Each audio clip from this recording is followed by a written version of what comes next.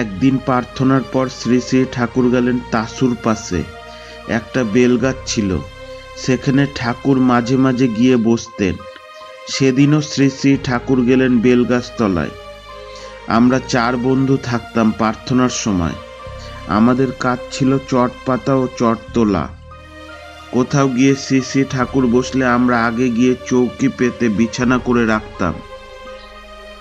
সেদিনও আমরা বেলতলায় বিছানা করে রেখে দিলাম। শ্রী শ্রী ঠাকুর গিয়ে বসলেন, কারো সঙ্গে কথা না বলে এদিক ওদিকে তাকিয়ে উঠে গেলেন। বললেন, চল যাই মেমোরিয়াল বারান্দায়। সেখানে চৌকি পাতা ছিল, আমরা তাড়াতাড়ি করে বিছানা করে দিলাম। শ্রী শ্রী ঠাকুর গিয়ে বসলেন, সঙ্গে বঙ্কিমদা, সেবাদি, গড়গড়া নিয়ে, সঙ্গে কালী ষষ্ঠীমা, সরোজিনীমা, ননীমা, শৈলমা, রানীমা, শশীমা, সুশীলামা, তরুমা, নন্দরানীমা, শিশুমা, সুমতিমা, আরও অনেকে। মেমোরিয়াল বারান্দায় বসে কাহারও সঙ্গে কথা বলছেন না। ঠাকুর কথা না বললেও কেউ কথা বলার সাহস পেত না। শ্রী শ্রী ঠাকুর আবার এদিক ওদিক তাকিয়ে উঠে গেলেন। বললেন, চল যাই প্রার্থনার ঘরে। তাড়াতাড়ি করে চৌকি পেতে বিছানা করে দিলাম। শ্রী শ্রী ঠাকুর গিয়ে বসলেন প্রার্থনার জায়গায়। এবারও ঠাকুর কোনো কথা বলছেন না।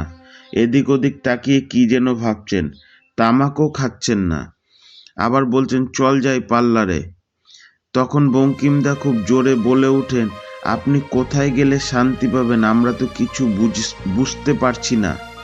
তখন শ্রী শ্রী ঠাকুরও জোরে বলে উঠলেন, বুঝো না কেন?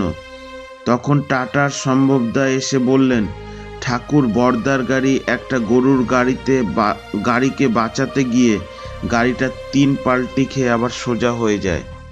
ট্রান্সফারেট গাড়ি চালিয়ে আবার উঠে গেলেন রাস্তায়। কোনো কিছু হয়নি, সবাই ভালো আছেন। তখন শ্রী শ্রী ঠাকুরের মুখমণ্ডল খুশিতে ভরে উঠল।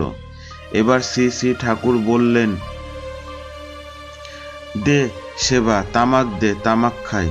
এতক্ষণ শ্রী শ্রী ঠাকুর তামাকও খাচ্ছিলেন না। তখন আমরা বুঝলাম ঠাকুর কেন কথা বলেননি। শ্রী শ্রী ঠাকুরের পরম ভক্ত বিপদে পড়েছেন, তাই তিনি শ্রী শ্রী বর্দাকে রক্ষা করলেন।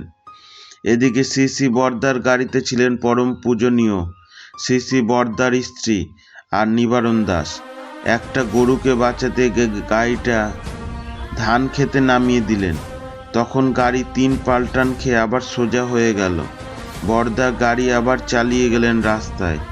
তখন নিবারণ রাধাস্বামী রাধাস্বামী করে চিৎকার করে আর বলে, আপনি ছিলেন বলে এই যাত্রায় আমরা বেঁচে গেলাম। শ্রী শ্রী বর্দার গাড়ি ঢুকলো বেলা 3টার সময়।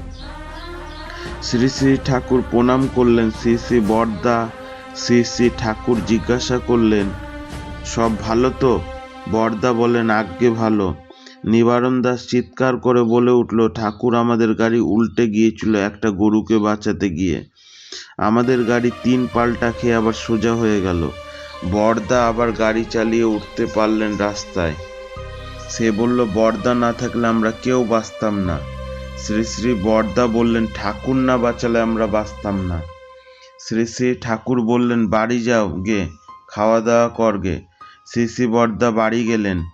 রাত্রে আবার কথা উঠল। শ্রী শ্রী বর্দা পরম পূজনীয় মাকে বললেন। নিবারণ চিৎকার করে ফাটিয়ে দিল, তুমি তো একটা কথা বললে না। তিনি বললেন, তুমি যেখানে আছো আমার কোনো ভাবনা নেই। আমি জানি কোনো কিছু হবে না। যার স্বামীর উপর এত বিশ্বাস, গাড়ি 3 পাল্টা খেলো, তিনি আবার কথাও বলেননি। স্বামীর উপর এত গভীর বিশ্বাস, তাই তো তিনি শ্রী শ্রী দাদার মতো মহাপুরুষের জন্ম দিয়েছেন। জয় গুরু।